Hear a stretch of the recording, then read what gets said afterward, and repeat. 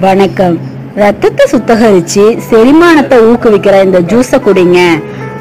அந்த ஜூஸ் எப்படி தயாரிக்கணும், அதுக்கு தேவையான பொருள்கள் என்னென்ன, அதை பத்தி விரிவா தெரிஞ்சுக்கலாம் வாங்க. அதாவது பழரசத்தை காட்டிலும் காய்கறியை கொண்டு தயாரிக்கப்படுற ஜூஸ் குடிக்கிறதுனால உடலுக்கு அதிக ஆரோக்கிய நன்மைகள் கிடைக்குது. இந்த வகையில நாம் தமிழ்ல பல ஆரோக்கிய நன்மைகள் அளிக்கும் ஜூஸை பத்தி தெரிஞ்சுக்கலாம் வாங்க.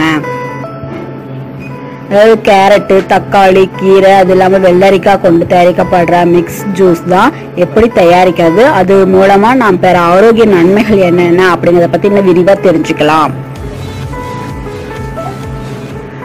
அந்த ஜூஸ் தயாரிக்கிறதுக்கு தேவையான பொருள்கள் என்னென்ன அப்படின்னு பார்த்தோம்னா, ஒரு கேரட்டு, பசலைக்கீரை ஒரு கைப்பிடி அளவு, பாதி தக்காளி, ஒரு வெள்ளரிக்காய், ஒரு செலரி ஒன்று எடுத்துக்கோங்க.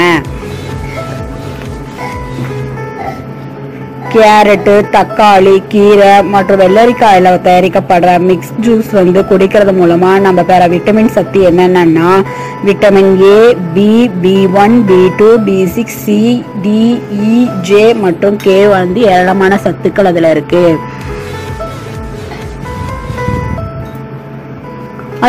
அது எப்படி தயாரிக்கலாம் அப்படின்னா, எல்லா பொருளையும் கழுவி சுத்தமா எடுத்துக்கோங்க. வெள்ளரியோட கசப்பு பகுதியை நீக்கிடுங்க.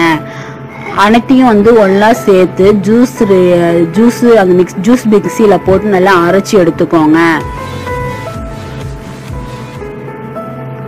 அதுல உண்டாகிற நன்மைகள் என்னென்ன அப்படின்னு பார்த்தா, கேரட்டு, தக்காளி, கீரை, வெள்ளரிக்காய் வச்சு தயாரிக்கப்படும் மிக்ஸ் ஜூஸ் குடிக்கிறதுனால நம்மளுக்கு நிறைய ஆரோக்கிய நன்மைகள் கிடைக்கும். என்னென்ன அப்படின்னு பார்த்தோம்னா, பருக்கள் குறையும், காய்ச்சல் குணப்படுத்தும், வாயு தள்ளியை போக்கும், கொலஸ்ட்ரால் குறைய ஆரம்பிச்சிடும், தூக்கமின்மையை சரி செஞ்சிடலாம், அல்சர் குணமடையும், செரிமானத்தை ஊக்குவிக்கும், ரத்தத்தை சுத்தகரிக்கும், ரத்த அழுத்தத்தை சீராக்கும், நோய் எதிர்ப்பு மண்டலத்தை ஊக்குவிக்கும், இதயம், கண்ணு, சிறுநீரகம், கல்லீரல் ஆரோக்கியத்தை மேம்படுத்தும். இதுல வெள்ளை சர்க்கரை சேர்க்கறத தவிர்த்துடுங்க. அதிகமா தண்ணி சேர்க்க வேணாம். அதனால இதுல இருக்கிற சத்துகள் குறைஞ்சிட வாய்ப்பு அதிகமா இருக்கு. நிறைய தகவல்களை பத்தி பார்த்தோம். மேலும் பல தகவலை தெரிஞ்சுக்கணும் விருப்பம் இருக்கிறவங்க சப்ஸ்கிரைப் பண்ணுங்க. நன்றி.